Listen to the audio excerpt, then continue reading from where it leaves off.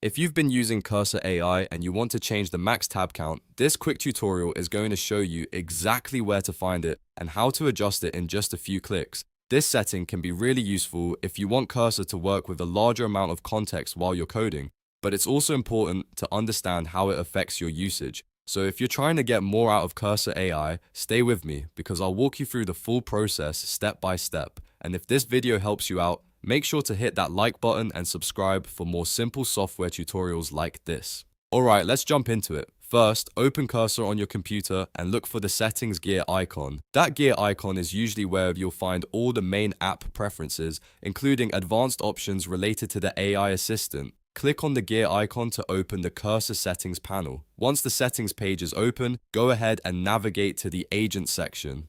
This is where Cursor keeps some of its AI-related controls, including the settings that affect how the assistant behaves while generating suggestions or working through larger tasks. In the Agents menu, look for the Max Tab Count option. Depending on your version of Cursor, this may appear as a toggle or as a setting where you can enter a number directly. The main idea is that this setting controls how much context Cursor can use when it's handling your work. When you enable or increase the max tab count, Cursor AI can expand its context window and process more of your codebase at once.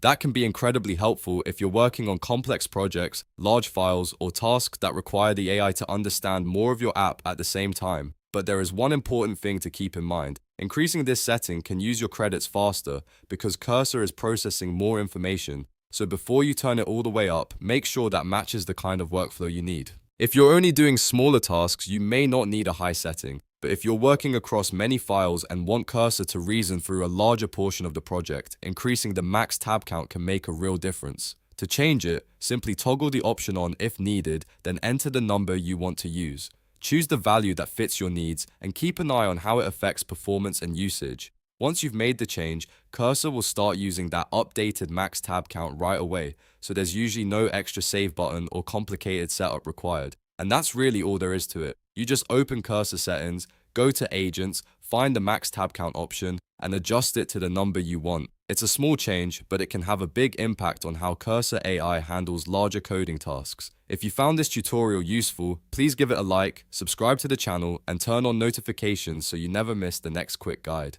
Thanks for watching, and I'll see you in the next one.